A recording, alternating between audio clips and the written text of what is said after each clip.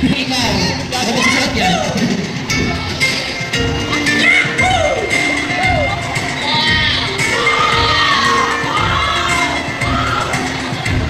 Ayan na.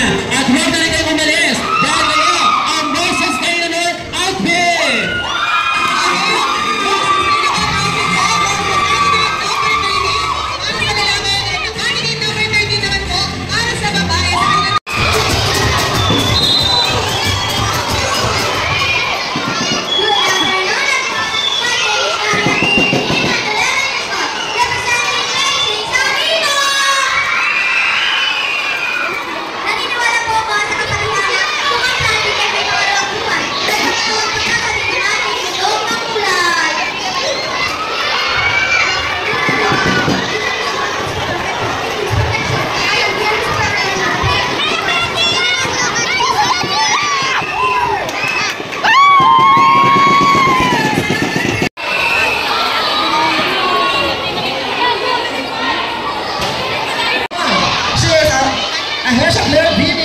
From Grade 1 Innovative, and she is thrilled to showcase her unique ensembles, crafted from recycled treasures. Her outfit is woven from plastic.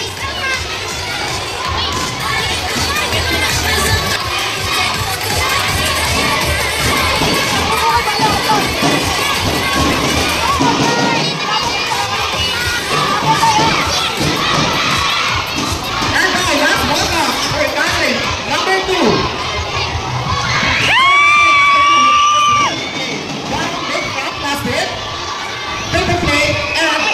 Our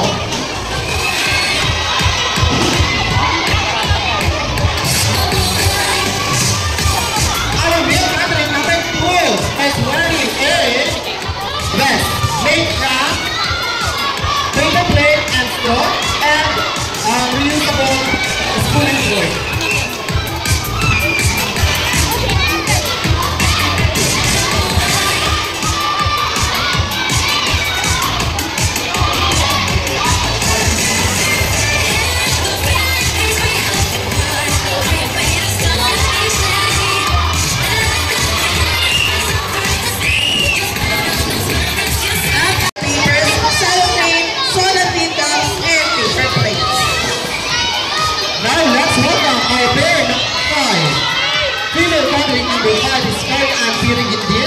Grade 6 Aquino. This nature-inspired costume symbolizes the beauty, strength, and resilience of Mother Earth. The gown is crafted using materials that resemble natural fibers, leaves, and golden blooms. Representing the richness of the environment we must protect. The soft green gown mirrors the color of thriving forests, while the golden accents stand for sunlight, a planet vital source of life and energy. Once again, our female gathering number 5, Perry Ann Mercandine.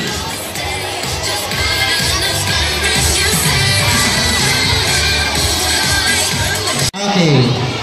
Start tayo with a special award. So mag-award po ang mga judges. For Best Smile.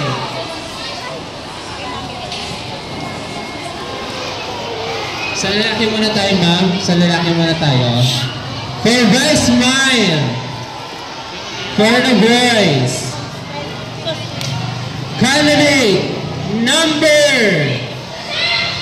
Ano kaya? Best Smile. Candidate number 14.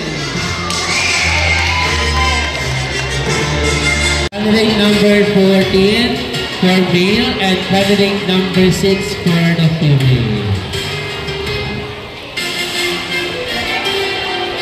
Alright, next award. Best in Production Number. Best in Production Number for male is none other than candidate number 14.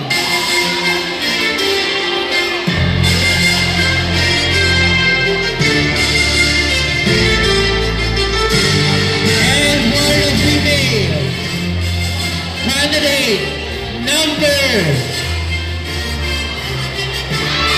3.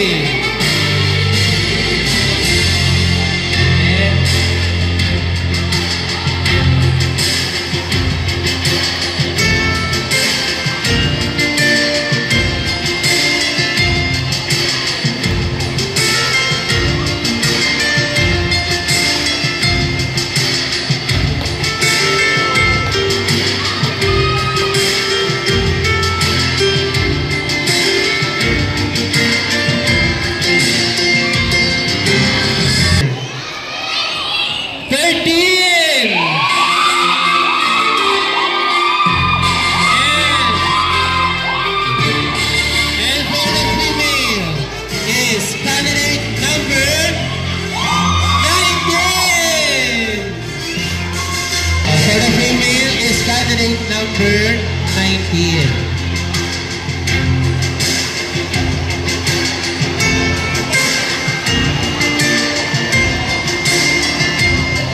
Okay, now let us proceed. 14!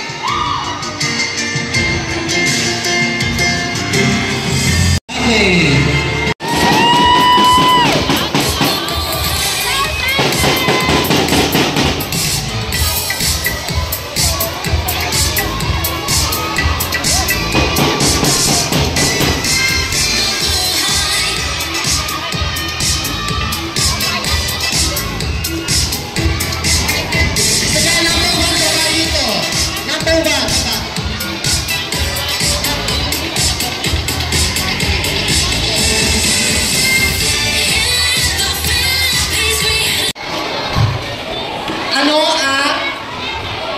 Ano ang programa o proyekto na inyong gagawin at ipaliwanag? Tama po ba?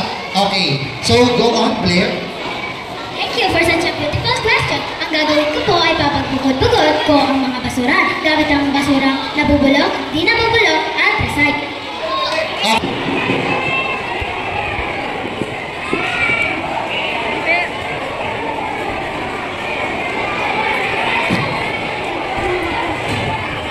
Hindi ko po ipapagsalin-salin ang mga iba't ibang basura at gagawin ko po ang Okay, ito lang po ang sagot niya. Hindi ko po... Ako ay magtatanim o ingatan ng kalikasan para mapanatiling malinis ang kapaligiran. At hindi ako magtatapon kung saan-saan para mapanatiling malinis ang kapaligiran. Ako ay magtatapon ng basura sa tamang lugar. Kasulat po dito, ayun yung babasahin ko. Okay po? Sabi ni candidate number 4, pagtatanim. Ito ay nakakatulong sa atin dahil ito ay pwedeng gawin ng kahit sino man. Mahalaga ang pagtatanim ng mga puno at mga halaman na tutulungan tayo sa pagkain. 3 hours program para po mapanatili ang kalinisan sa ating inang bayan para maprotektahan at lalong gumanda ang mundo upang makabawas ng mga kalat. Okay, sabi ni candidate number